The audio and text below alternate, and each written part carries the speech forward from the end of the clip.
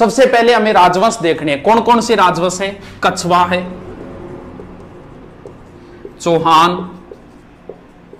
गुहिल, सिसोदिया, राठौड़, बाटी, जाट। ये महत्वपूर्ण राजवंश है, जिनमें से सबसे इंपॉर्टेंट जो है वो 4 है, कछवा, चौहान, गोहिल, सिसोदिया और राठौड़। इनसे भी कई बार प्रश्न आता है, लेकिन ज्यादा इनसे उठाता है। इसके बाद में जो टॉपिक बचे हैं, किसान आंदोलन है, एकीकरण है, सभ्यता वगैरह, उनसे प्रश्न। तो मैं सारा रीडिंग मारता हूं, प्रूफ रीडिंग मारता हूं, इसको 2-3 बार आप देखना। सबसे पहले हम उठा लेते हैं कछवा राजवंश। कछवा राजवंश के सारे शासक लिखता हूं एक साइड में, फिर देखते हैं। सबसे पहले है तेजकर्ण या दुल्हे राय, एक ही बात है। इसके बीच 2-3 शासक आते हैं, उनको बाद में देखें। फिर इंपॉर्टेंट शासक आता है भारमल। भारमल का पुत्र है भगवंत दास, भगवंत दास का पुत्र है मानसिंह। पहले हम इतनों को ही देखते हैं, बोर्ड पर इतने ही आएंगे। कछवाओं का जो शासन था वो दोस्तों इस साइड में था, यहां डुडाड़ के आसपास। इधर पड़ता है नरवर। माता सीता के 2 पुत्र थे, एक का नाम लव था, एक का नाम कुश था। कुश के वंशज जो आगे चले वो कुशवा कहलाई, और कुशवा से बना हुआ शब्द है कछवा। यानी कछवा अपने आप को भगवान राम के पुत्र मानते हैं, कुश भगवान राम के पुत्र कुश के वंशज मानते हैं। इन्हें कुश यानी इन्हें कहा जाता है रघुकुल तिलक, रघुकुल तिलक। मेवाड़ के महाराणाओं को कहा जाता है हिंदवा सूरज, और इन्हें कहा जाता है रघुकुल। इनका आदर्श वाक्य है यतो धर्मस्य ते जयते। और उन सिसोदियों का या मेवाड़ के महाराणाओं का आदर्श वाक्य है जो दृढ़ राखे धर्म ताहि राखे करतार। इनको रीडिंग मारते रहना, ये नहीं लिखे जाएगा, मैं इतने फास्ट बोल रहा हूं, बस इनको आप सुन लेना 2-3 बार। इसके बाद में कछवाओं में सबसे तेज शासक था तेजकर्ण। बहुत ज्यादा सुंदर था, सुंदर को बोलते दुल्हा, तो नाम हो गया दुल्हे राय। इसने क्या किया? तेजकर्ण या दुल्हे राय ने दौसा के अंदर बड़ गुजरों को हराकर 1137 में अधिकार कर लिया और अपनी प्रारंभिक राजधानी बनाई दौसा। दौसा के नजदीक एक स्थान है मांझी। मांझी को जीत के इसका नाम कर दिया रामगढ़, और यहां एक माता का मंदिर बनवाया जिसका नाम है जमवाय माता। यह कछवाहों की कुल देवी है। कछवा वंश का संस्थापक तेजकर्ण या दुल्हे राय है, यानी कछवा वंश का संस्थापक हो गया, कछवा वंश का संस्थापक हो गया तेजकर्ण।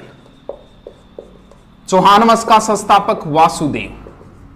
रणथंबोर के चौहानों का गोविंद है, जालोर के चौहानों का कीर्तिपाल है। गुहिल वंश का संस्थापक है गुहिलादित्य, ध्यान रहे, चलो बाद में करें। सिसोदियों वंश का संस्थापक है राणा हमीर। राठौड़ वंश का संस्थापक है राव सिंहा। बाटी वंश का संस्थापक है बट्टी। जाट वंश का संस्थापक है चूड़ामन। बस सुनते जाओ इनको, टेंशन मत लेना किसी चीज की। कईयों में वास्तविक भी आता है, जैसे इनमें वास्तविक आएगा गुहिल वंश का वास्तविक संस्थापक बप्पा रावल। सिसोदिया राठौड़ वंश का वास्तविक संस्थापक चूड़ामन को माना जाता है, राव चूड़ा को माना जाता है। और जाट राजवंश का वास्तविक संस्थापक बदन सिंह को माना जाता है। इन तीनों में वास्तविक भी आते हैं, एक सीधा संस्थापक, एक वास्तविक। वास्तविक क्या होता है वो थोड़ा आगे देखेंगे। हाँ, अब ये जमवाय माता कछवाहों की क्या हो गई? कुल देवी। 2 चीजें होती है, एक कुल देवी होती है, एक आराध्य देवी होती है। इनकी परिभाषा वगैरह कंपटीशन में कोई नहीं पूछता, जब बच्चों को पढ़ाते हैं टाइम होता है तब इन पे अच्छी तरीके से व्याख्या करते हैं। एक बार मैं सीधे ही बता देता हूं। इनकी आराध्य देवी है शीला माता। शीला माता आगे आएगी मानसिंह के समकालीन, मानसिंह के समय आएगी शीला माता।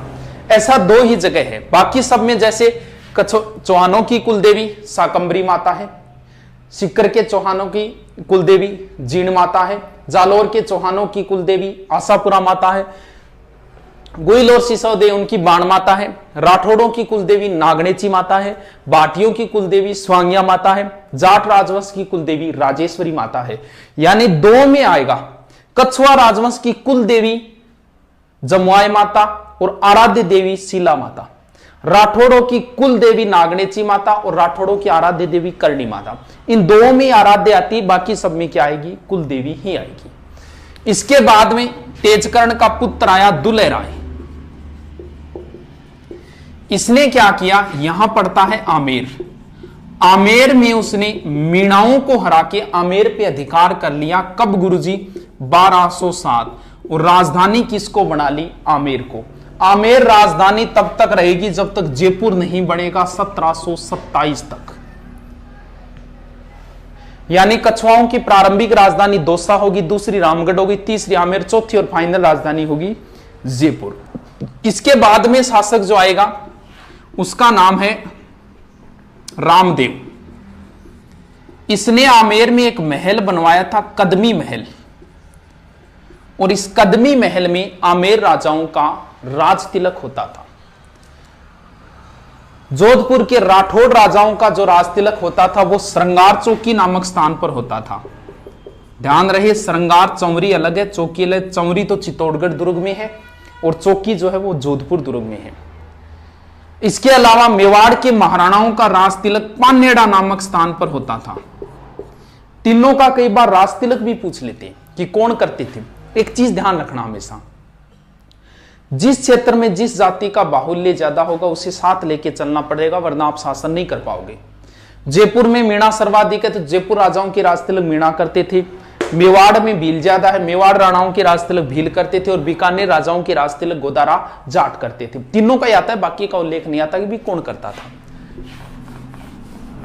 आगे देखते हैं, बस इनको 2-3 बार पढ़ना। आप पहली बार इसको देखना, अगर दूसरी बार शॉर्ट में नोट्स बनाओ तो दूसरी बार बनाना।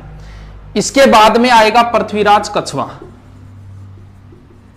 पृथ्वीराज कछवा, इसने आमेर को 12 भागों में बांट दिया और आमेर 12 कोटड़ी नाम से प्रसिद्ध हुआ। और खानवा युद्ध में सांगा की सहायता के लिए पृथ्वीराज कछवा गया था, वो हम सांगा के संदर्भ में पढ़ेंगे। इसके बाद में जो शासक है वो है भारमल। भारमल का एक ही पर्सन है, ज्यादा इंपॉर्टेंट वही पूछा गया। आमेर का शासक भारमल है और उस समय दिल्ली का था अकबर।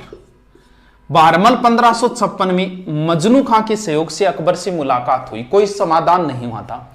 अकबर जियारत के लिए, जियारत क्या होती है, ये जात होती है एक तरीके, हम जात बोल देते हैं, जैसे हम हनुमान जी के जाए वो जात है और मुस्लिम भाषा में जियारत है। इसने एक नीति अपनाई थी सुलह कुल, वो नीति वगैरह नहीं पढ़ेंगे, अपने प्रश्नों पे आते हैं सीधे। अकबर जियारत के लिए अजमेर जा रहा था ख्वाजा साहब की, और यहां सांगानेर में रुका।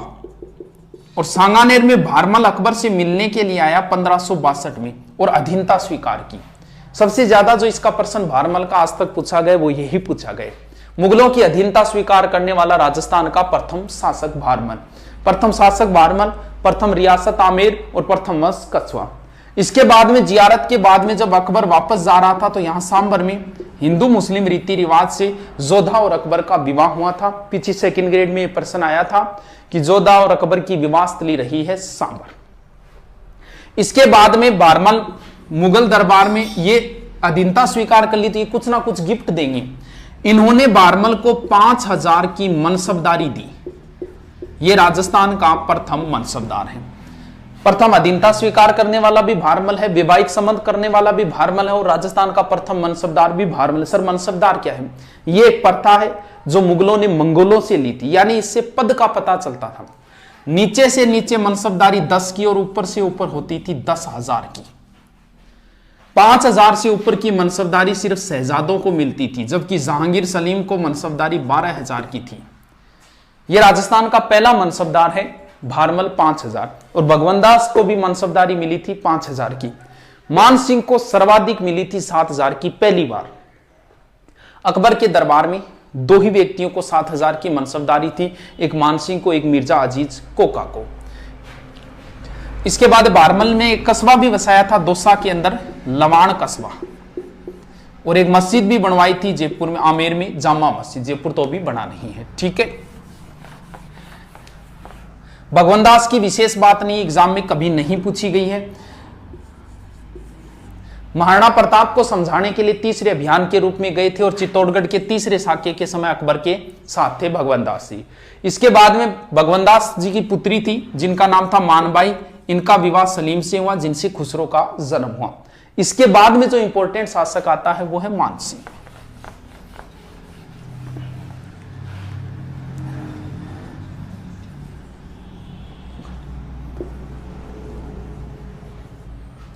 मानसिंह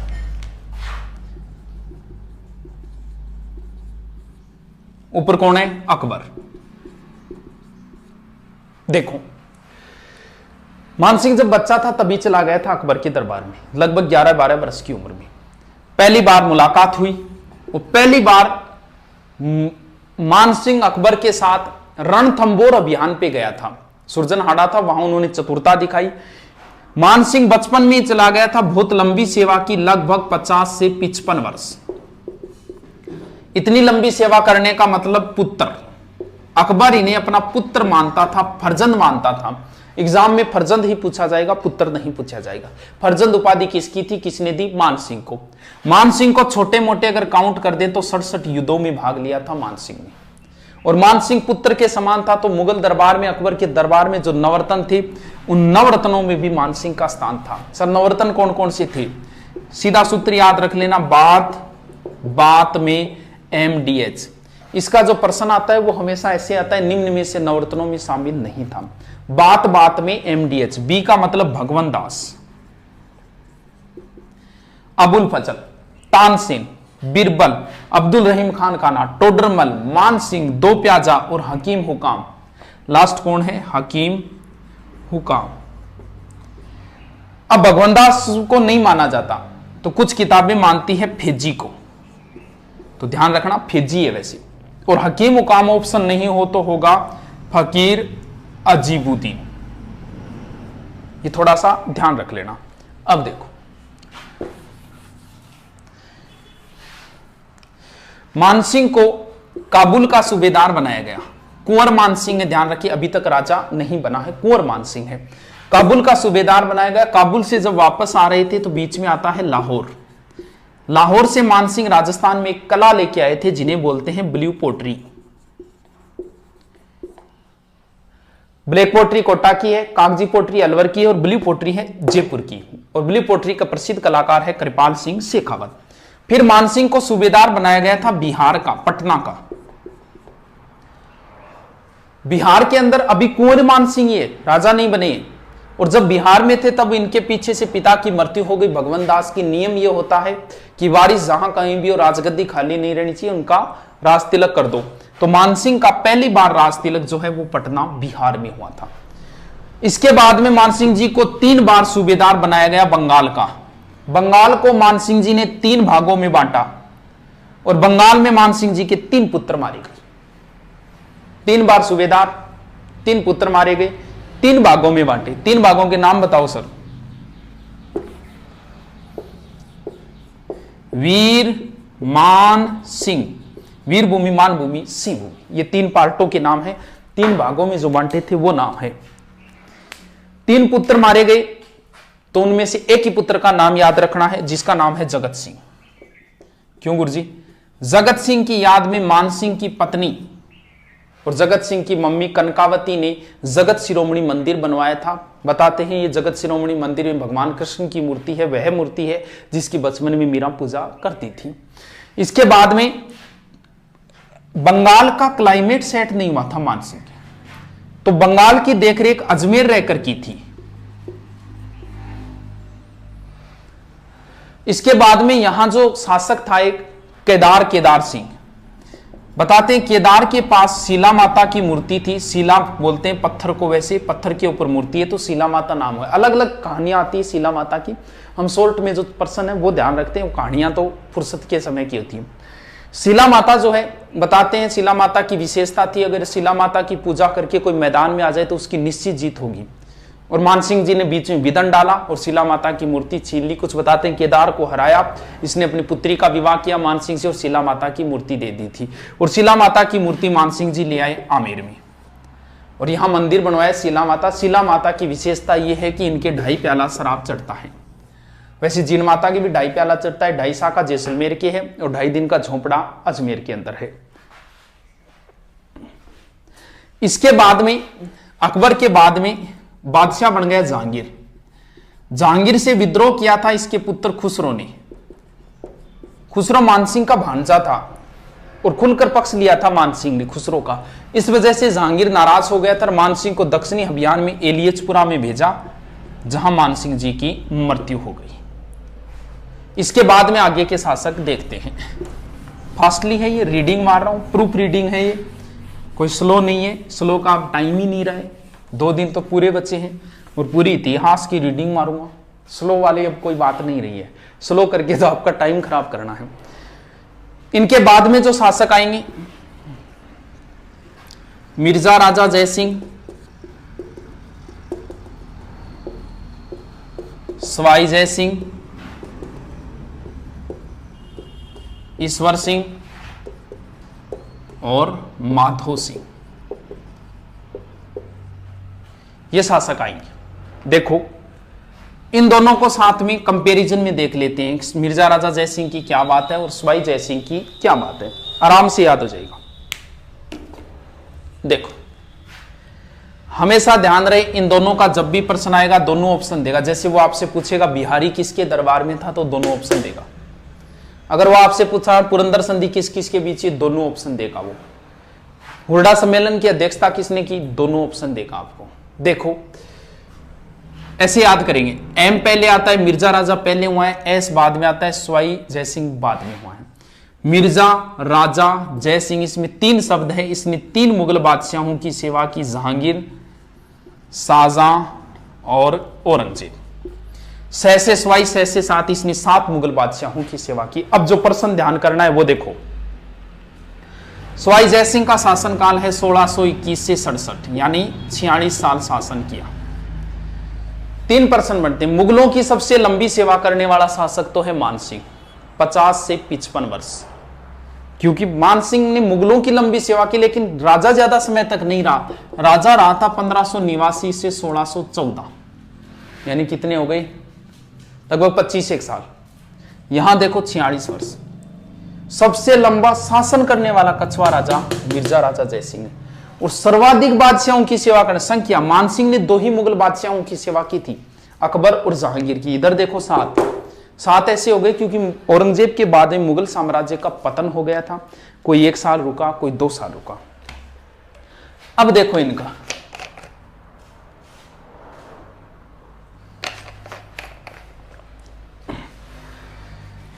मिर्जा राजा जयसिंह, ये बीच वाला शाहजहां गंधार अभियान पे जाते समय मिर्जा राजा की उपाधि थी। मिर्जा राजा के बाद में सवाई जयसिंह हुआ और शाहजहां के बाद में औरंगजेब हुआ, तो इन्हें सवाई राजा की उपाधि किसने दी। और ऐसे प्रश्न ही ज्यादा आते हैं एग्जाम के अंदर। मिर्जा राजा की किसने दी, सवाई जयसिंह की किसने दी, मिर्जा राजा की शाहजहां ने दी और सवाई जयसिंह की किसने दी। कोई समस्या नहीं है इसमें, आराम से याद हो जाएगा। अब इसके बाद में इन्हें, सवाई जयसिंह को वैसे चाणक्य भी कहा जाता है और मिर्जा राजा को औरंगजेब ने बाबाजी की उपाधि भी दी थी। ये तो एग्जाम में कभी नहीं पूछे गए, थोड़ा सा रखो तो रख लेना। अब इनके काम देखते हैं। इनके 2 ही बातें हैं इंपॉर्टेंट, एक तो बिहारी जो सबसे ज्यादा बार पूछा जाता है, और दूसरी है पुरंदर की संधि।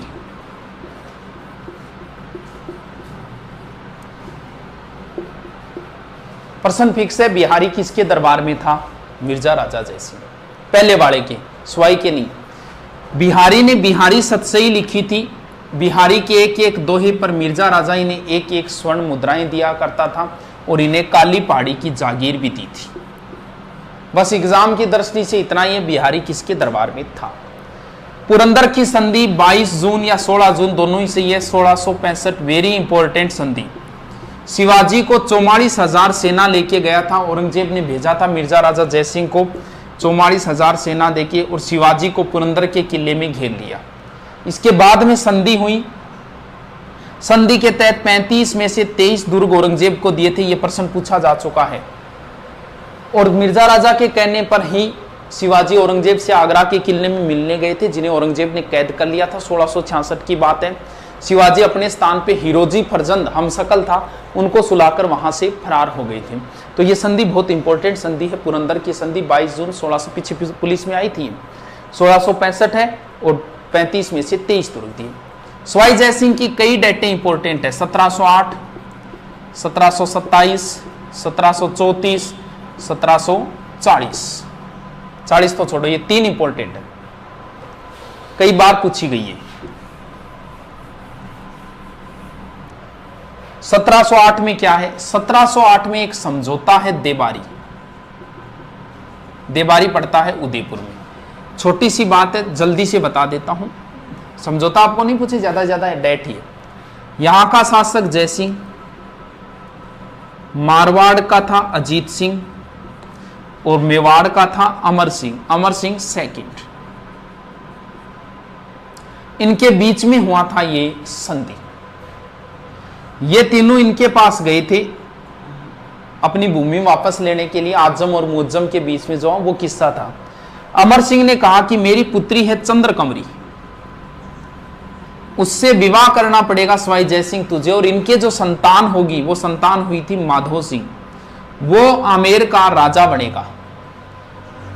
इसने संधि मान ली, लेकिन सवाई जयसिंह के पहले पुत्र का जन्म हो गया था ईश्वर सिंह का, और नियम यह होता है कि राजा का बड़ा पुत्र ही राजा बनेगा।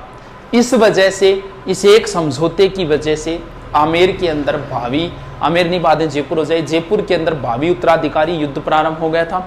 ईश्वर सिंह और माधो सिंह आपस में लड़ना शुरू हो गए थे, दोनों सौतेले भाई। इस वजह से थोड़ी सी इंपॉर्टेंट है देबारी समझौता। 1727 इज वेरी इंपॉर्टेंट डेट। 18 नवंबर 1727 जयपुर की स्थापना। जयपुर की नींव पंडित जगन्नाथ ने रखी और जयपुर का वास्तुकार विद्याधर भट्टाचार्य था।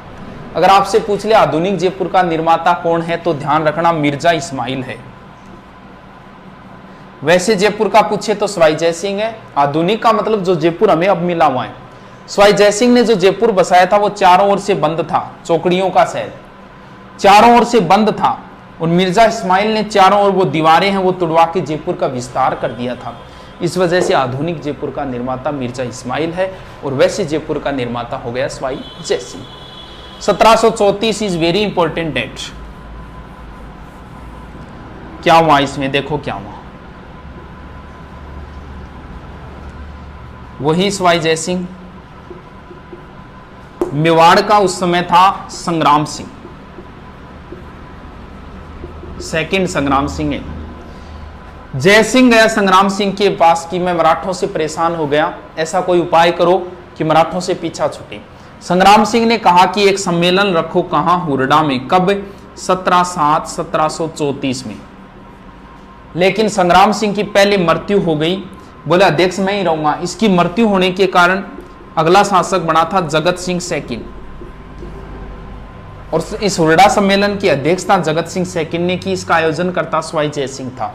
17/7/1734 ये इतिहास का दूसरा दौर है जब पूरा राजपूताना एक हुआ है। इतिहास में पूरा राजपूताना 2 बार एक हुआ है, एक संग्राम सिंह के समय 1528 में खानवा युद्ध के समय, और दूसरी बार 1734 के अंदर।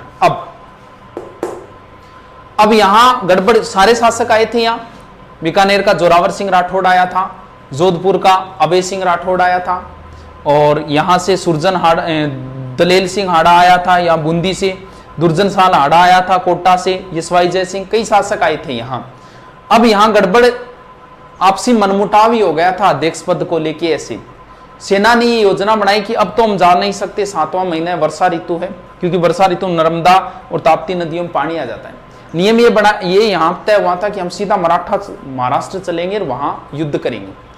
तो इन्होंने कहा कि वर्षा ऋतु के बाद में हम सब कोटा के रामपुरा गांव में इकट्ठा होंगे, लेकिन वहां ये मान लो फेल हो गया था, कोई नहीं आया था। लेकिन ये इतिहास का दूसरा दौर है जब पूरा राजपूताना एक हुआ है। तो आप ये इतना याद रखो, हुरडा भीलवाड़ा में पड़ता है, 17/7/1734 में होता है। ये भी पूछ लिया किन के विरुद्ध हुआ था, मराठों के विरुद्ध हुआ था हुरडा सम्मेलन, और इसकी अध्यक्षता जगत सिंह सेकंड ने पहले संग्राम सिंह को बनाना तय हुआ था, और सवाई जयसिंह इसका आयोजन करना। सवाई जयसिंह अंतिम हिंदू बादशाह था, अंतिम हिंदू सम्राट था, जिसने अश्वमेध यज्ञ का आयोजन करवाया था पुंडरीक रत्नाकर की देखरेख में। सवाई जयसिंह ने नाहरगढ़ दुर्ग का भी निर्माण करवाया था। मराठों के आक्रमण से बचने के लिए इसे सुदर्शनगढ़ भी कहा जाता है, तो थोड़ा सा ध्यान रखना।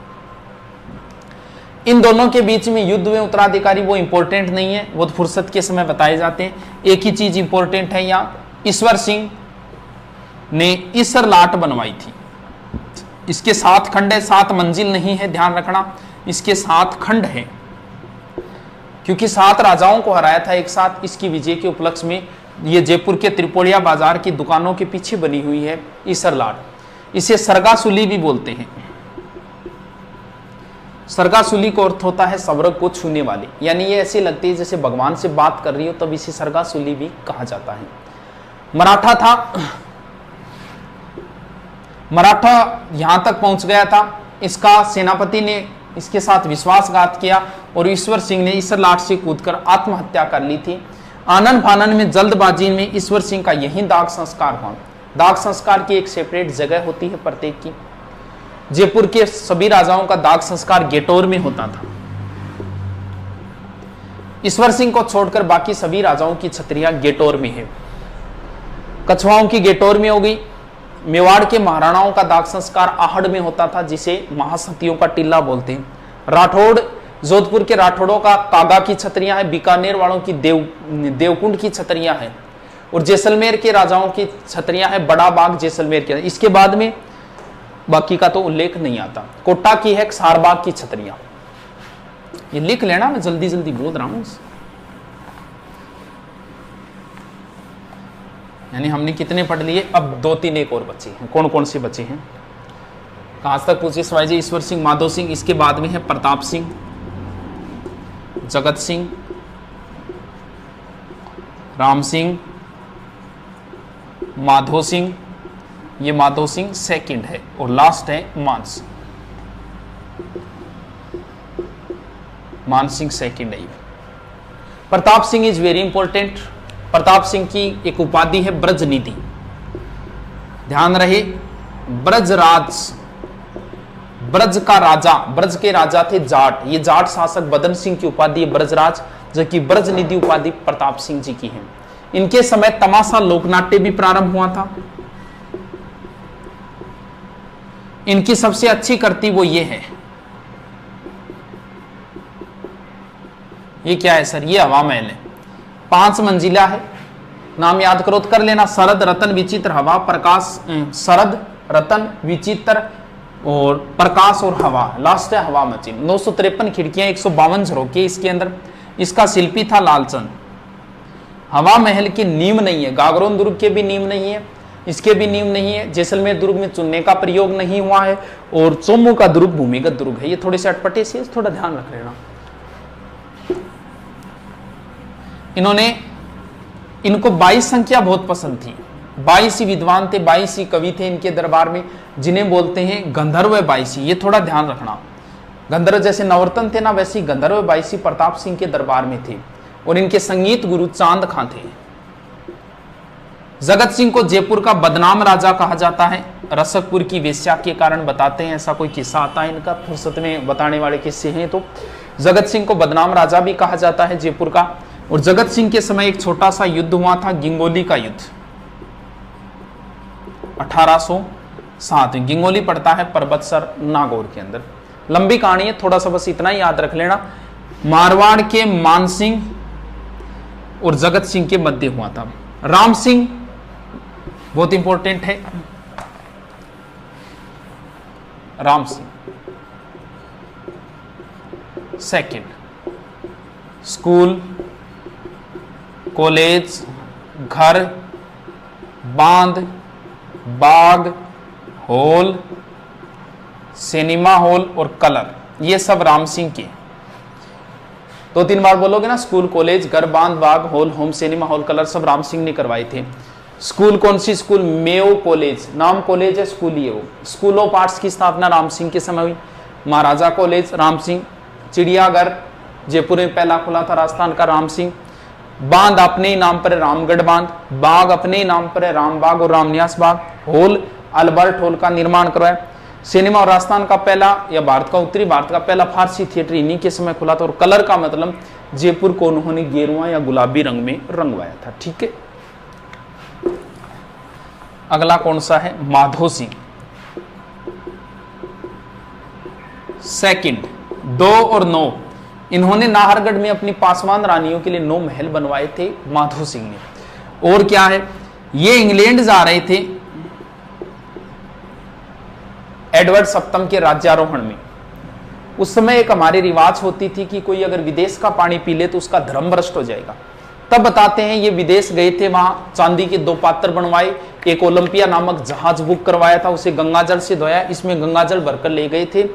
और यानी ये जो चांदी के पात्र है जो वर्तमान में सिटी पैलेस है और गिनीज बुक में रिकॉर्डेड है। लास्ट शासक मानसिंह जो आजादी के समय थे, इनकी ये पोलो के खिलाड़ी थे और इनकी मृत्यु भी पोलो खेलते समय, इनकी पत्नी थी गायत्री देवी। पीछे पुलिस में प्रश्न आया था कि भारत की अंतिम राजमाता, तो वैसे अगर बात करें तो इनको किताबें लिख देती है भारत की अंतिम राजमाता, लेकिन अभी पिछले महीने अभी हुई थी मृत्यु। जोधपुर का अंतिम शासक था हनुमंत सिंह, उनकी पत्नी अभी कृष्णा कुमारी का निधन हुआ था, तो एक हिसाब से तो भारत की अंतिम राजमाता ये हो गई, क्योंकि हनुमंत सिंह जी पत्नी थी जो लास्ट राजा थे हनुमंत सिंह। बाकी किताबें इसको लिखती है किस हिसाब से पता नहीं। तो गायत्री देवी राजस्थान की प्रथम महिला है जो लोकसभा में गई थी, ये हीरोइन भी थी और कुछ बिहार की राजकुमारी भी थी गायत्री देवी। ठीक है, ये लो, जयपुर की हिस्ट्री इज कंप्लीट। दोबारा रीडिंग मारते हैं 5 मिनट। कौन कौन से शासक लिखे मैंने? सबसे पहले लिखा तेजकर्ण, इंपॉर्टेंट। तेजकर्ण के बाद में लिखा था कोकिल देव, भारमल, भगवंत दास, मान सिंह, मिर्जा राजा जय सिंह, सवाई जय सिंह, ईश्वर सिंह, माधो सिंह, छोड़ो। इसके बाद में जगत सिंह, प्रताप सिंह, पहले लिख दिया कोई बात नहीं, फिर राम सिंह, प्रताप सिंह पहले, फिर माधो सिंह और फिर मान सिंह। ये लो, तेजकर्ण संस्थापक है। कोकिल देव ने आमेर को राजधानी बनाई। प्रथम वैवाहिक अधीनता और मनसबदारी भारमल, भगवंत दास चित्तौड़ के तीसरे अभियान और महाराणा प्रताप को तीसरे अभियान है समझाने के रूप में। मान सिंह जी की कई बातें बता दी। मिर्जा राजा जय सिंह बिहारी और पुरंदर, सवाई जय सिंह 1708, 1727, 1734, जगत सिंह जयपुर बदनाम हो गए, राम सिंह स्कूल कॉलेज घर बांध बागवान होम होम सिनेमा हॉल, और Madho Singh Jaipur history is complete. वैसे कंप्लीट नहीं होती, 7 घंटे लगते हैं, अभी कितने लगे। ये तो फास्टली रीडिंग बनवा रहे हैं आपको, काम आ जाए क्या पता, कहाँ कोई ब्रह्मास्त्र लग जाए। लगभग आपको प्रश्न इन्हीं से मिल जाएंगे। अब कौन सा उठाएं? चौहान तो वैसे डाले हुए हैं तो मैं एक बार नहीं उठाता हूं इनको, फिर राठौड़ उठा लेते हैं। राठौड़ों की 3 शाखाएं थी, उत्पत्ति कैसे हुई क्या हुई वो हम नहीं देखेंगे यहाँ। राठौड़ों की 3 शाखाएं थी, एक बीकानेर के राठौड़ थे, एक किशनगढ़ के थे और एक मैन जो थे वो जोधपुर के थे। सबसे पहले राव सिंहा,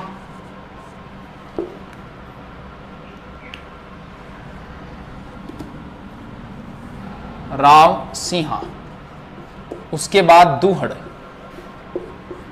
फिर चूड़ा, चूड़ा का पुत्र है रणमल, कान्हा भी है।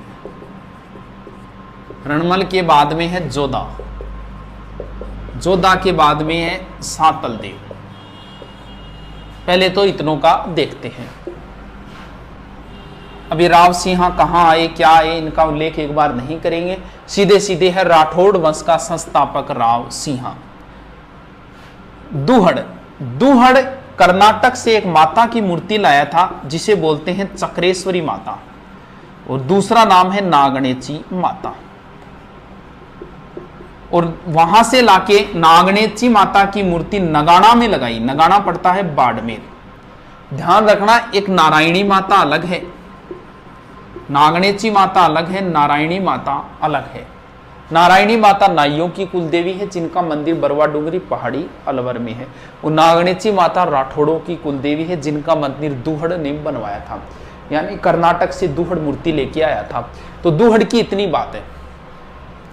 मंडोर जो है वो पहले गुर्जर प्रतिहारों के अधीन था। प्रतिहार शासक था इंदा, इसके अंडर में था और तुर्कों ने अधिकार कर लिया।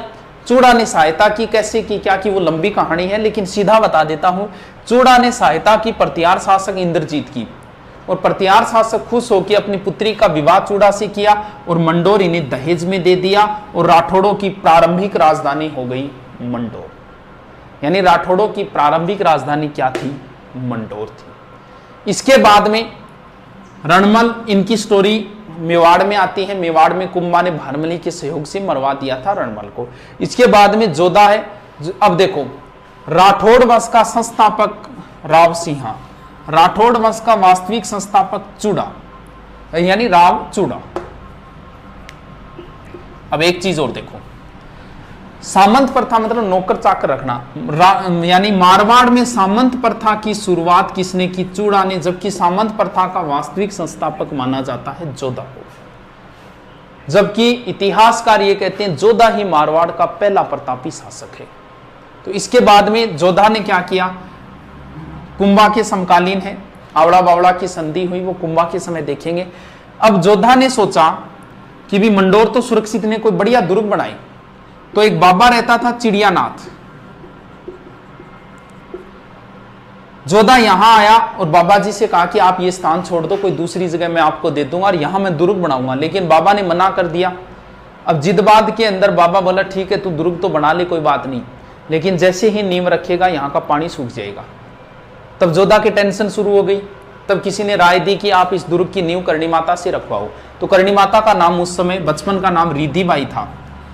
तो बाद में दुर्ग बना 1459 और करणी माता ने इस दुर्ग की नींव रखी थी। और यहाँ राजाराम भामी को, क्योंकि पहले एक परंपरा मानी जाती थी राजपूतों में कि अगर किसी जिंदा आदमी को अगर गाड़ दिया जाए तो उस वंश का राज उस पर हमेशा रहेगा।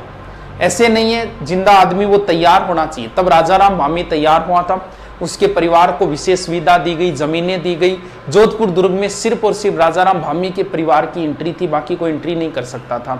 तो ये इसी दुर्ग में पीछे वाली साइड में दो मंदिर बने हुए हैं, एक चामुंडा माता का मंदिर है, एक नागणेची माता का मंदिर है। और चामुंडा माता मंदिर में भगदड़ भी मची थी 2008 में, जिसकी जांच के लिए जसराज चोपड़ा आयोग बनाया गया था। इसके बाद में जो शासक है सातल देव, सातल देव की एक ही बात है, इनके समय अजमेर का था मल्लू खां, उसका सूबेदार था गुड़ला। यह गुड़ला पिंपाड़ से 140 कन्याओं को उठा के ले गया था। सातल देव इन्हें वापस छुड़वा के लाया था और उसी दिन से एक नया नृत्य शुरू हो गया था, गुड़ला नृत्य। चेतकर्षण अष्टमी को प्रारंभ होता है ये गुड़ला नृत्य। गुड़ला नृत्य गुड़ला की पुत्री गिंदोली ने प्रारंभ किया था। तो सातल देव की और कोई बात नहीं है। आगे शासक मिटा देता हूं।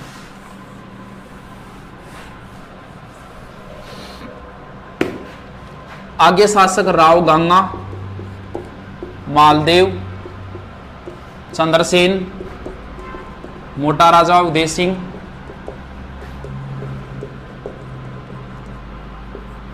सूर सिंह, गज सिंह, जसवंत सिंह, अजीत सिंह। टेंशन नहीं मत आना, हम तो रोज बढ़ाते हैं, नॉर्मल बातें होंगी। आधी रात को पूछे तो ही बोल देते हैं ये। अब तो कोई ये बोल देना मोटा राजा के बाद शुरू करो, कर देंगे। हाँ, आप टेंशन मत आना, इन्हें आपके लिए जरूरी नहीं है, मेन चीजें जरूरी है आपके लिए। राव गंगा ने गंगलाव तालाब बनवाया था और खानवा युद्ध में सांगा की सहायता के लिए मालदेव को भेजा था 4000 सेना देकर।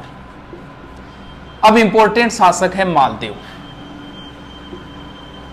मालदेव ने गंगा की हत्या कर दी थी, अपने पिता की हत्या करके सोजत आ गया था और मालदेव का राज्याभिषेक भी सोजत में हुआ था। तो मालदेव मारवाड़ का या राठौड़ों का पितृहंता कहलाता है। चौहानों का पितृहंता जगदेव है और सिसोदियों का पितृहंता उदा है, जिसने कुंभा की हत्या कर दी थी। मालदेव, मालदेव के उपनाम बहुत है। हसमत वाला राजा, ये फारसी इतिहासकारों ने कहा था, ऐसे प्रश्न ज्यादा आते हैं।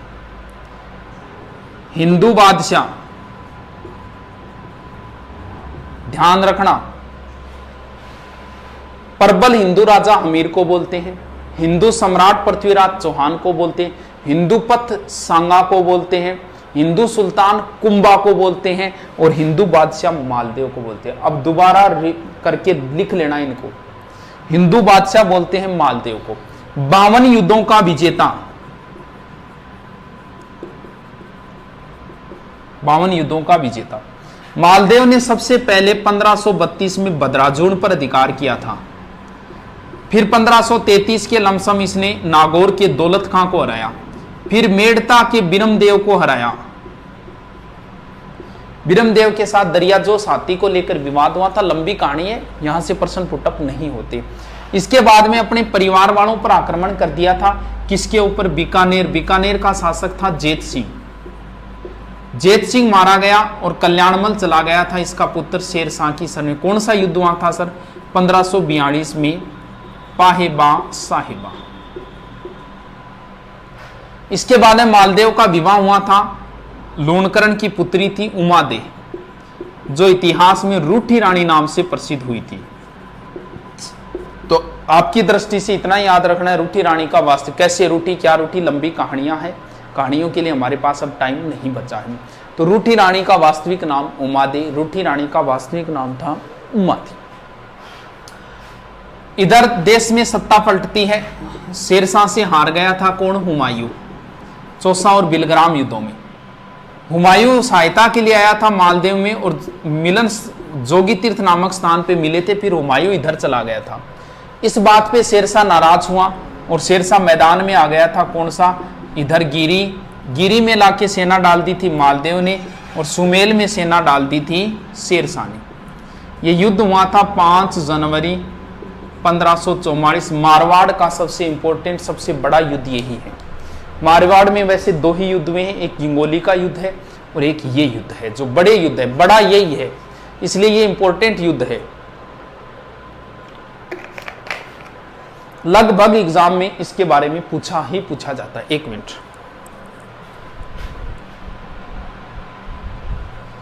इसके बारे में कई बार पूछ लेते हैं।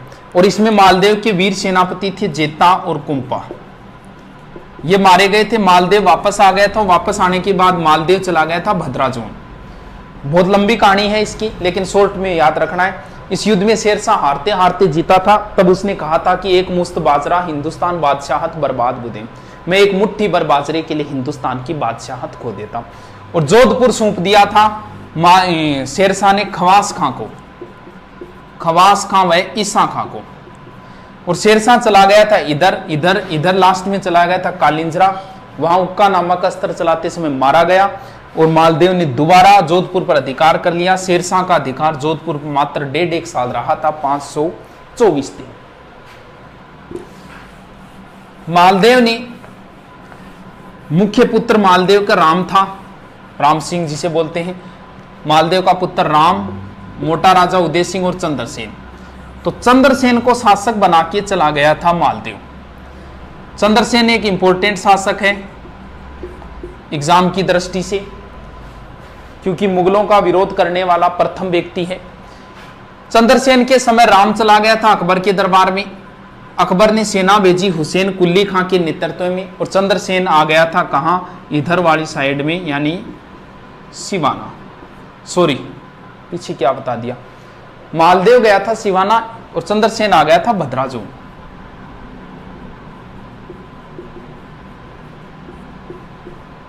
मालदेव गया था सिवाना, मारवाड़ राजाओं की संकटकालीन संस्थि। तो चंद्रसेन आ गया था भद्राजून। अब अकबर आया था जियारत के लिए और उसके बाद में अकबर ने एक दरबार लगाया था, नागौर दरबार, नवंबर 1570। इंपॉर्टेंट है, बहुत बार आया है नागौर दरबार कब लगा था। अब इस दरबार में बीकानेर से कल्याणमल आया था, जेत सिंह का पुत्र। जैसलमेर से हर्राय भाटी आया था और वो इधर से सुरजनहाड़ा आया था, कोटा से, बूंदी से सुरजनहाड़ा। और मारवाड़ से राम, उदय सिंह और फिर चला गया था चंद्रसेन। ये ध्यान रखना कौन कौन आए थे, आजकल ऐसे प्रश्न ज्यादा आते हैं। बीकानेर से कल्याणमल, जैसलमेर से हर्राय भाटी और मारवाड़ से ये। चंद्रसेन के साथ अच्छा व्यवहार नहीं हुआ। चंद्रसेन यहां से भागकर वापस चले गए थे भद्राचों। बीकानेर का था राय सिंह। 1572 से 74 तक अकबर ने जोधपुर का प्रशासन राय सिंह को सौंपा था। अब चंद्रसेन के उपनाम है पहला, क्योंकि नागौर दरबार 1570 है, महाराणा प्रताप का राज्याभिषेक 72 में हुआ, तो इससे पहले ही चंद्रसेन ने विरोध कर दिया था, इसलिए इन्हें प्रताप का अग्रगामी कहा जाता है। रेऊ नामक इतिहासकार ने कहा है कि ये मारवाड़ के प्रताप हैं। उसने तुलना की है प्रताप की चंद्रसेन की। तुलना यह की है कि प्रताप को भी भाइयों का विरोध सहना पड़ा था और इधर चंद्रसेन को भी भाइयों से लड़ाई करनी पड़ी थी। महाराणा प्रताप के भी जंगलों में भटके थे, खाने पीने की व्यवस्था नहीं हुई थी। वैसी ही हालत बताते हैं चंद्रसेन की हुई थी। चंद्रसेन को पोखरण दुर्ग हर्राय बाटी को 12,500 रुपये में किराए दिया था, 1 लाख फदिया के, और अपने गहने वगैरह भी चंद्रसेन को बेचने पड़े थे। इसके बाद में चंद्रसेन सिवाना आए। फिर यहां एक स्थान है संचियाप। संचियाप में चंद्रसेन की मृत्यु है। चंद्रसेन की छतरी भी यहीं पड़ती है सारण की पहाड़ी पाली में। इसके बाद में शासक बना है मोटा राजा उदय सिंह। मोटा राजा की उपाधि अकबर ने दी थी, क्योंकि अकबर के समकालीन है। बात इतनी सी है, मोटा राजा का एक पुत्र था किशन सिंह, जिसने 1609 में किशनगढ़ बसा दिया, राठौड़ों की एक नई रियासत। मोटा राजा उदय सिंह मारवाड़ के प्रथम शासक है, जिसने मुगलों की अधीनता स्वीकार की और वैवाहिक संबंध किए। इन्होंने अपनी पुत्री का विवाह किया जगत गुसाई या जोधाबाई का, और उनका जो पुत्र हुआ था, इतिहास है आगे, उसका नाम था खुर्रम या शाहजहां। आगे देखते हैं फिर सूर सिंह, गज सिंह। सूर सिंह की कोई बात नहीं, इसे सवाई राजा की उपाधि है। गज सिंह को दल थम्मन की उपाधि जहांगीर ने दी थी। दल पंगुल उपाधि पृथ्वीराज चौहान की है, और दल थम्मन जो उपाधि है वो है गज सिंह की। इसके बाद में जसवंत सिंह अंतिम स्वतंत्र प्रवृत्ति के शासक माने जाते हैं। जसवंत सिंह के समय मुगल बादशाह शाहजहां थे। शाहजहां के 4 पुत्र लड़ रहे थे, लास्ट में जो 2 थे, दारा और औरंगजेब। इनके बीच में 2 युद्ध हुए थे, एक तो दरमत का युद्ध और एक दोराई का युद्ध, 1658 और 59। जसवंत सिंह जो थे वो शाहजहां की तरफ से लड़े थे, दारा की तरफ से लड़े थे, दरमत की युद्ध। इस युद्ध में घायल हो गए थे, इन्हें बाहर निकाला। जब जोधपुर वापस आए तो बताते हैं इनकी पत्नी थी हाड़ी रानी कर्मेती, उसने दुर्ग के दरवाजे नहीं खोले थे। इतिहासकार इस बात का खंडन करते हैं, लेकिन हम मान लेते हैं इस बात को, ठीक है। जसवंत सिंह के मृत्यु होने पर औरंगजेब ने कहा था कि आज कुफ्र का दरवाजा टूट गया। कुफ्र बोलते हैं धर्म विरोधी, कोई कुफ्र काम नहीं करना चाहिए, यानी धर्म के विरोध काम नहीं को। आज कुफ्र का दरवाजा, कुफ्र से संबंधित 2 डायलॉग है। एक डायलॉग तो रणथंबोर दुर्ग अलाउद्दीन की विजय के बाद में अमीर खुसरो ने कहा था कि आज कुफ्र का गढ़ इस्लाम का घर हो गया, और एक ये है जसवंत सिंह की मृत्यु पर औरंगजेब ने कहा आज कुफ्र का दरवाजा टूट गया।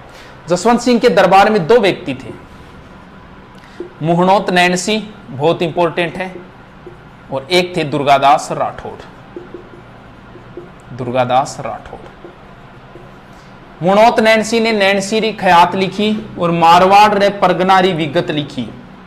मारवाड़ रे परगनारी विगत को मारवाड़ का गजेटियर बोलते हैं। मारवाड़। मुहणोत नैनसीरी ख्यात को विश्वसनीय ख्यात मानी जाती है। ये ख्यात लिखने का काम चारण और भाटों का था। ये एकमात्र ऐसी ख्यात है जो चारणों ने नहीं लिखी। मुहणोत नैनसीरी जो ख्यात है, उस ख्यात में कहीं भी है शब्द का प्रयोग नहीं है। नैनसी ने इस ख्यात में राजपूतों की 36 शाखाओं का वर्णन किया है, जबकि नैनसी ने गुर्जर प्रतिहारों की 26 शाखाओं का वर्णन किया है। इसमें प्रत्येक गांव की जनसंख्या का भी वर्णन है, इसलिए नैनसी को राजस्थान जनगणना का अग्रज माना जाता है। दुर्गादास राठौड़ ये आस्करण के पुत्र थे और इनके दरबार में थे। बाद में अजीत सिंह के संरक्षक बने थे। अजीत सिंह को नूरगढ़ के महल से गोराधाय के सहयोग से बचा के लाए थे। गोराधाय को मारवाड़ की पन्नाधाय कहा जाता है, और दुर्गादास को अणबिंद्या मोती कहते हैं, और चंद्रसेन को भूला बिसरा राजा कहते हैं। The forgotten king of Marwar तो चंद्रसेन। भूला बिसरा यानी इतिहासकार भूल गए, इतिहासकारों ने चंद्रसेन को महत्व नहीं दिया, जो महत्व महाराणा प्रताप को दिया वो चंद्रसेन को नहीं दिया, भूल गई। और इन्हें बोलते हैं अणविद्या मोती, यानी इतिहासकारों ने इसे इतिहास में कभी पिरोया ही नहीं। दुर्गादास को मारवाड़ का उद्धारक कहा जाता है, मेवाड़ का उद्धारक भामाशाह को कहा जाता है और राणा हमीर को भी कहा जाता है। ठीक है दोस्तों, आगे देख लेते हैं, थोड़ा सा बचा है।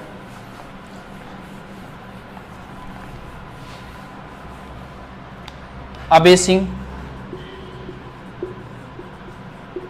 विजय सिंह, मान सिंह, जसवंत सिंह। ये जसवंत सिंह सेकंड है, इंपॉर्टेंट शासक इतने। अभय सिंह के समय एक ही घटना हुई थी, खेजड़ली की घटना 1730 में, जिसके बारे में एक वीडियो मैंने बता रखा है। विजय सिंह की पासवान रानी थी गुलाब राय। वीर विनोद के लेखक श्यामल दास ने इन्हें मारवाड़ की नूरजहां कहा है। मान सिंह एक सन्यासी राजा थे, इन्हें सन्यासी राजा कहा जाता है क्योंकि ये नाथ संप्रदाय को मानते थे। अंग्रेजों की इनके साथ कम बनती थी क्योंकि अंग्रेजों ने नाथों को परेशान किया, तो ये दुखी हो गए थे इस बात से। तो मान सिंह के समय वो गिंगोली का युद्ध है वो इन्हीं के समय हुआ था, और बाद में इन्होंने EIC से संधि कर ली। इनकी इंपॉर्टेंट चीज ये है कि मान सिंह जी ने जोधपुर में महामंदिर बनवाया जो नाथ संप्रदाय का प्रधान केंद्र है। जसवंत सिंह जी के समय स्वामी दयानंद सरस्वती जी जोधपुर आए थे। दयानंद सरस्वती जी का जिक्र बाद में करेंगे, कैसे क्या घटना हुई। यहाँ नन्ही जान वेश्या ने बताती इनको जहर दे दिया था और इनसे इसके कारण इनकी तबीयत खराब हुई और अजमेर में इनका निर्माण हुआ था। तो ये माना जाता है, कई बार पूछ लेते हैं स्वामी दयानंद सरस्वती जी का निर्माण या मृत्यु कहाँ हुई, तो ध्यान रहे जोधपुर में जहर दिया था, जबकि इनकी मृत्यु अजमेर में हुई थी क्योंकि राजस्थान में आर्य समाज का प्रमुख केंद्र अजमेर था। ये थे जोधपुर मारवाड़। कितना याद हुआ मुझे नहीं पता, लेकिन दोबारा पढ़ना, तीसरी बार पढ़ना, चौथी बार पढ़ना। एक बार फिर प्रूफ रीडिंग मारते हैं। सबसे पहले थे बोलो रावसिया, इसके बाद में दूहड़, इसके बाद में चूड़ा, राव चूड़ा, इसके बाद में रणमल, इसके बाद में जोधा, इसके बाद में सातलदेव, फिर गंगा, फिर मालदेव, फिर चंद्रसेन, और चंद्रसेन के बाद में हो गए मोटा राजा उदय सिंह, फिर सूर सिंह, फिर गज सिंह, इसके बाद में गज सिंह के बाद है जसवंत सिंह, इसके बाद में अजीत सिंह, फिर अभय सिंह, मान सिंह वगैरह।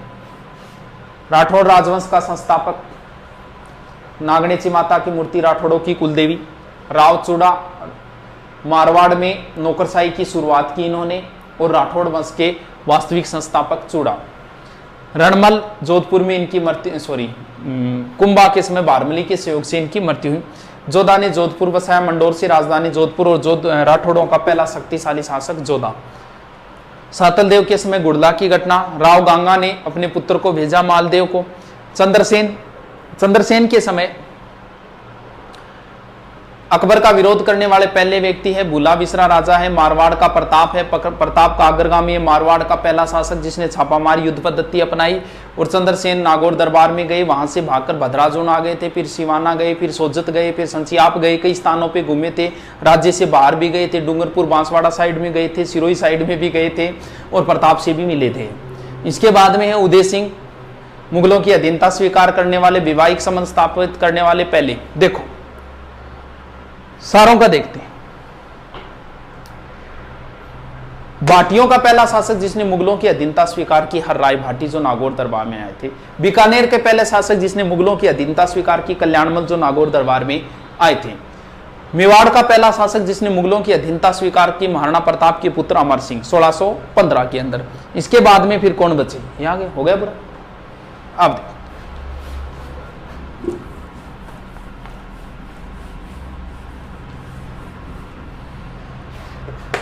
बाटी, चलो बाटी नहीं बीकानेर वाले बता देता हूं, थोड़े से नाम है बीकानेर वालों के। बीका, बीका के बाद लूणकरण, लूणकरण के बाद में जेत सिंह, जेत सिंह के बाद में कल्याणमल, कल्याणमल के बाद में राय सिंह, राय सिंह के बाद में है करण सिंह, करण सिंह के बाद में है अनूप सिंह,